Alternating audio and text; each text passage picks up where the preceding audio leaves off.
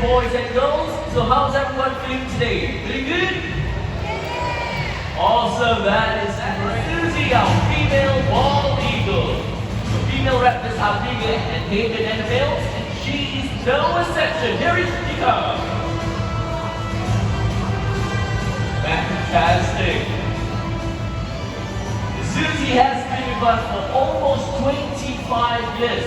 Her talents and wits are huge, and she is an unmatched huntress.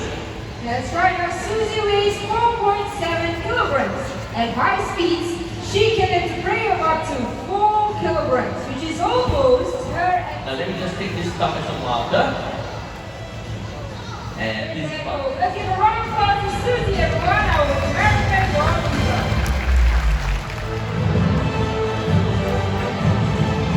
Let's now say our white-bellied sea eagle. White-bellied sea eagles are the largest vertebrates. it allows them to grip onto slippery and struggling prey. Alright, we're gonna throw a rapid overseas stick into the pond, and we shall see Nelson make an attempt to snatch that off from the surface of the water. Alright, getting into position. Keep your eyes on him. It's gonna happen pretty quick. Whenever you're ready, Nelson. Here he comes. In goes the snake, diving down and right snap. Wow, now for those of you who missed that, not to worry, we have the close-up right on the screen.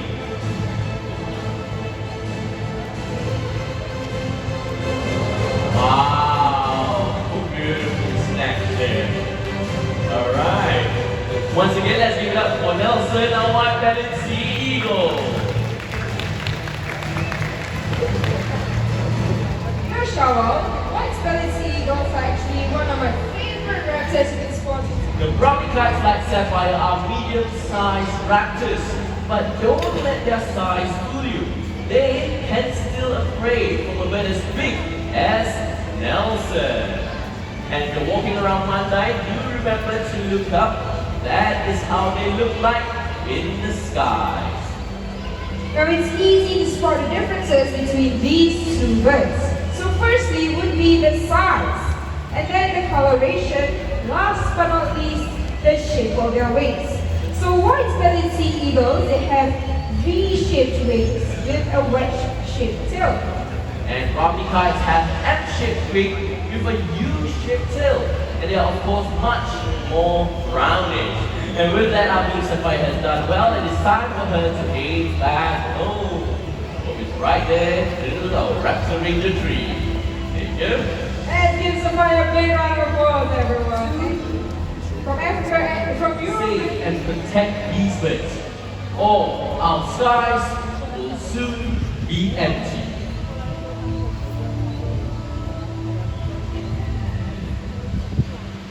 The Soren the Barn Owl. The owls have soft edges at the tip of their feathers, which allows them to alter air turbulence and absorb noise, making them as silent as a whisper. They also have incredible eyesight and binocular vision, which gives them their perception. Now the colors of their eyes tells us when they like to hunt. So owls with yellow eyes, they tend to hunt during the day. Owls with orange eyes, they like to hunt during sunrise and sunset. Last but not least, owls with black eyes, they like to hunt at night. So with that, everyone, let's give Latif and Soren a lovely owls a round of applause. Thank you very much, guys.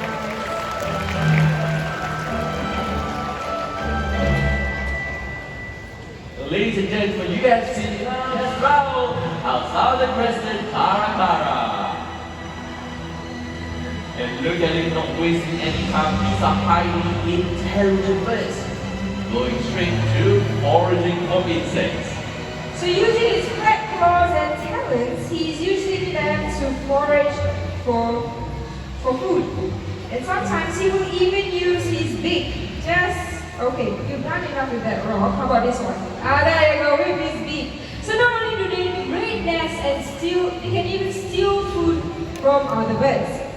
And they even catch an insect or a bird on the wing, just like this. Oh, you're not really impressed. Okay, you know what, round? Let's try harder! There you go! Alright, Daria, you know what? To be fair, let me do one for this side. So, Raul, would you like to join me right here? Come on, buddy. Here we go. Alright, and once you're ready, amazing flight there. Well done, Raul. And it's time for him to head back home. Raul, all the way to your trainer right there. Ladies and gentlemen, big round of applause of Southern Crescent Caracara.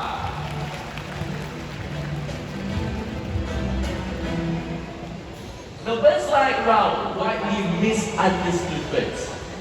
When you watch TV, they are portrayed as evil, circling in the skies with ominous music and a sense of impending doom. Well, we are here to tell you the real story.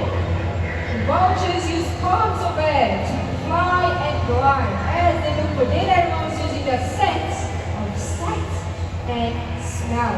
Vultures prevent the spread of diseases. And with that, say hello to our turkey vulture, Zena.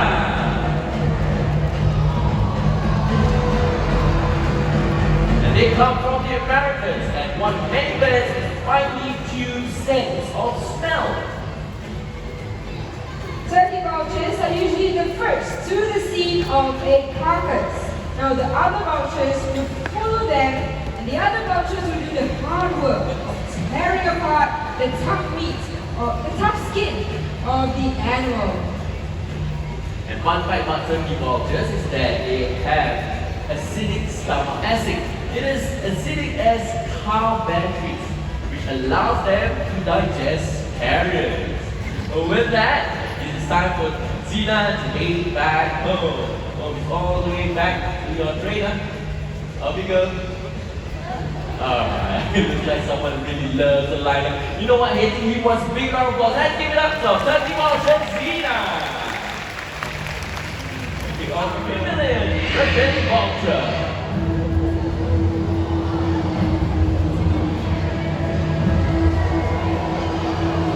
Allow me to share a story about Genghis.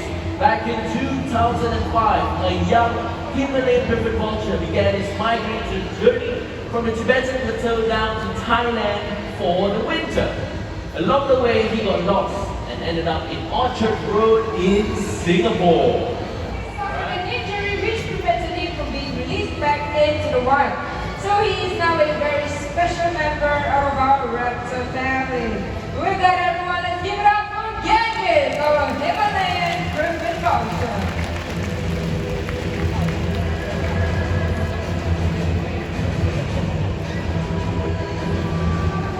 Ladies and gentlemen, eyes up on the screen.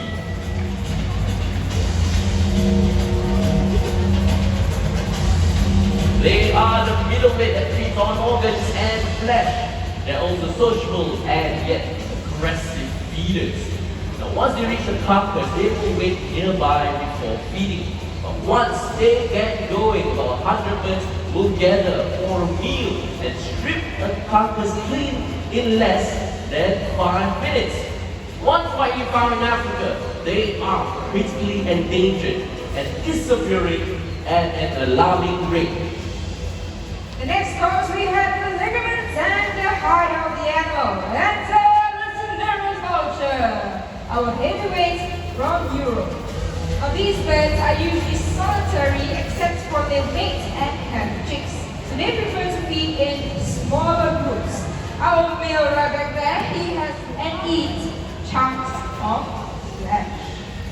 Well, Dara, don't we have one more scavenger species to join us? That's right, Shaw. So ladies and gentlemen, look right up there.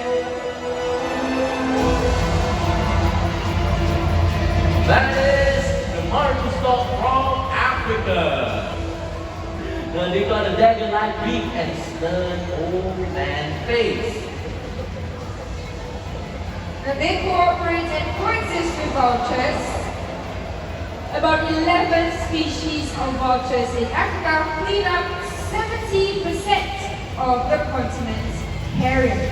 So we would be in a lot of trouble without vultures. But all around the world, we are losing these birds for many reasons. Deforestation, poison carcass, electrocution, and superstitious belief. Many are now critically endangered, and conservation efforts will be the only way to save these amazing birds from becoming extinct. So let us now take a moment to give a round of applause to these incredible birds for keeping our environment safe.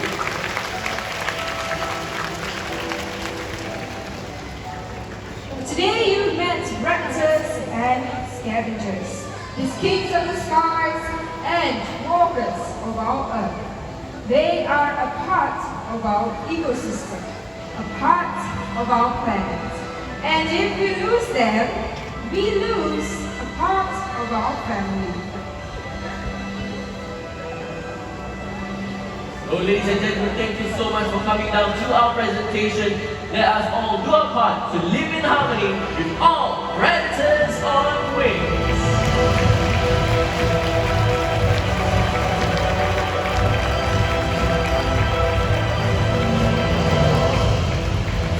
Ladies and gentlemen, thank you once again for coming down to our presentation. We hope that you have enjoyed it as much as we have in presenting it to you. So do take note, our next program will be at 12:30 p.m. That will be The Wings of the World, right here at Sky Amphitheater at 12:30 p.m. So one last thing before we forget, please remember to check for your belongings and do not leave anything.